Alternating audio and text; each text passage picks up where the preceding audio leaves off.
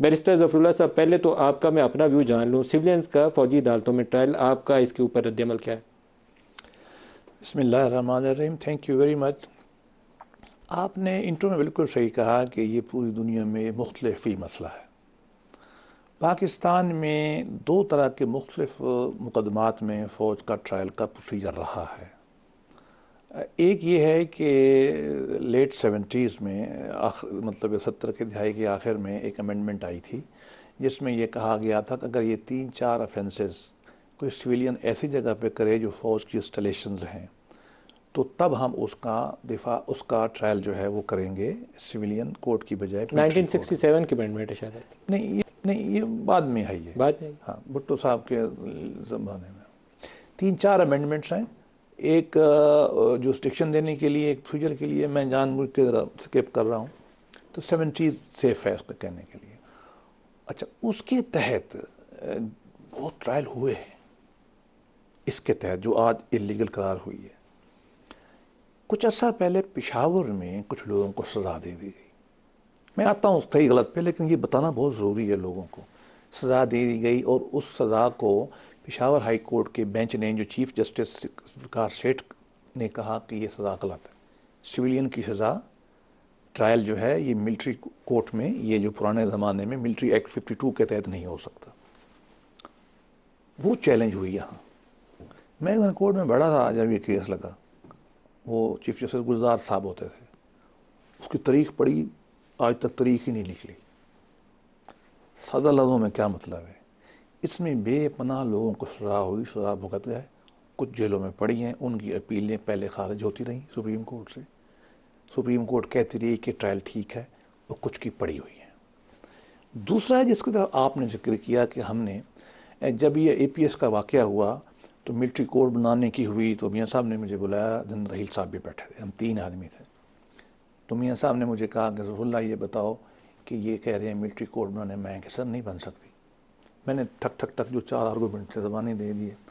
बात ख़त्म हो गई। अगले महीने मुझे फिर बुलाया गया तो फिर कहा जी फैसला हो गया नेशनल सिक्योरिटी काउंसिल में कि ये APC हुई थी तमाम पॉलिटिकल पार्टियों की, उसमें पीपल्स पार्टी सब ने आके कहा चलो सनसेट क्लॉज के साथ आपने डाल दिया। हाँ, ठीक है, वो उसमें फ़र्क था। ये नई दफ़ा आए थे टेररिस्ट जो थे ना, जो थे, ये पहली दफ़ा, पहले नहीं ट्रायल होता था। पहले ट्रायल था जो फौज की इंस्टीट्यूशन पे हमला करे। ये सनसेट हुआ, ये ख़त्म हो गया। अब प्रॉब्लम क्या होना है? प्रॉब्लम ये होना है कि इस वक्त as the last stand today in offenses में आप मिलिट्री कोर्ट में तो लोगों को सजा कर नहीं सकते, जो फैसला आ गया। बाकी अल्लाह में गुंजाइश नहीं है। 21D के ऊपर जो सुप्रीम कोर्ट का फैसला है, दुरुस्त है कि गलत है? नहीं, मेरी ज़ाती राय में ये एक लकूना है लॉ में। फैसला सही दिया उन्होंने, गलत दिया? मेरी ज़ाती राय में तो सही है, लेकिन ज़ाती राय में सही है कि सिविलियन का मिलिट्री कोर्ट में ट्रायल नहीं होना चाहिए। इस प्रिंसिपल से इत्तेफाक है? नहीं, लेकिन जिनका ये पहले करते रहे हलाल। नहीं, पहले मुझे इसका बराह राज़ जी, मैं ये समझता हूँ, लेकिन सिविलियंस का मिलिट्री कोर्ट में ट्रायल होना चाहिए या नहीं? बिल्कुल नहीं होना चाहिए, लेकिन हमारा लॉ नया है नहीं, आपको लॉ बनाना पड़ेगा। अब पहला हिस्सा हो गया कि सिविलियंस का मिलिट्री कोर्ट में ट्रायल नहीं होना चाहिए, ये तो बात क्लियर है। बिल्कुल नहीं होना चाहिए। दूसरे हिस्से पे आ जाए कि वहां पर कानून आपका खामोश है, आपको कानून को दुरुस्त करना पड़ेगा। इसमें मैं एक वजाहत कर दूं, लोग गलतफहमी फैला रहे हैं। वो कहते हैं जी एंटी टेररिस्ट कोर्ट में ले जाए।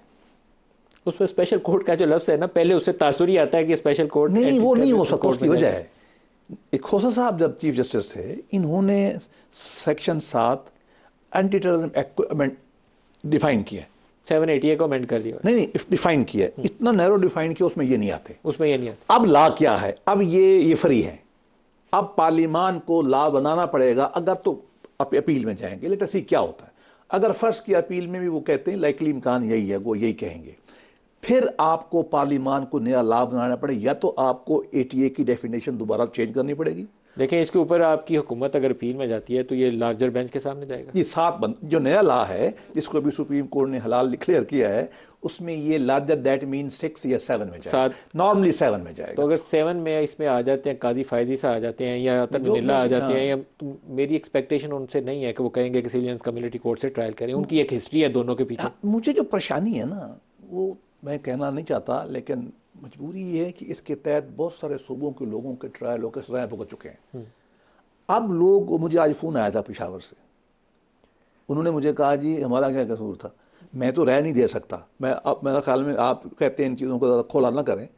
अब लोगों को आप 20 साल से इस लॉ के तहत सजा देते रहे, हाई कोर्ट और सुप्रीम कोर्ट उनको जायज लेकिन अगर आप ये काम गलत कर रहे थे सिर्फ उसको जी, जी, कंटिन्यूस खातिर नहीं रख सकते कि आपने मैं पहले एग्री उसकी इस्लाह तो करनी है। करे, लेकिन अब मसला पार्लियामेंट प्रिंसिपल तो यही है ना कि सिविलियंस कम्युनिटी कोर्ट को ट्रायल नहीं करना चाहिए, रेगुलर कोर्ट्स में आना चाहिए। उसमें प्रॉब्लम भी पैदा होते हैं। कैसे प्रॉब्लम? ये फेयर ट्रायल का इशू आ जाता है, फेयर ट्रायल बिल्कुल होना चाहिए, वकील अपनी मर्जी। मर्जी, लेकिन उधर ये होता है कि बाज़ औक़ात नॉर्मल कोर्ट में वो एविडेंस नहीं आ सकती जो फौजियों के मिलिट्री ऑफेंसेस से मुंसलिक होती, ये प्रॉब्लम होता है। इसलिए दुनिया के बहुत सारे मुल्कों में हाइब्रिड लॉ है, बट पार्लियामान है to sit now and decide कि इनके साथ करना क्या है।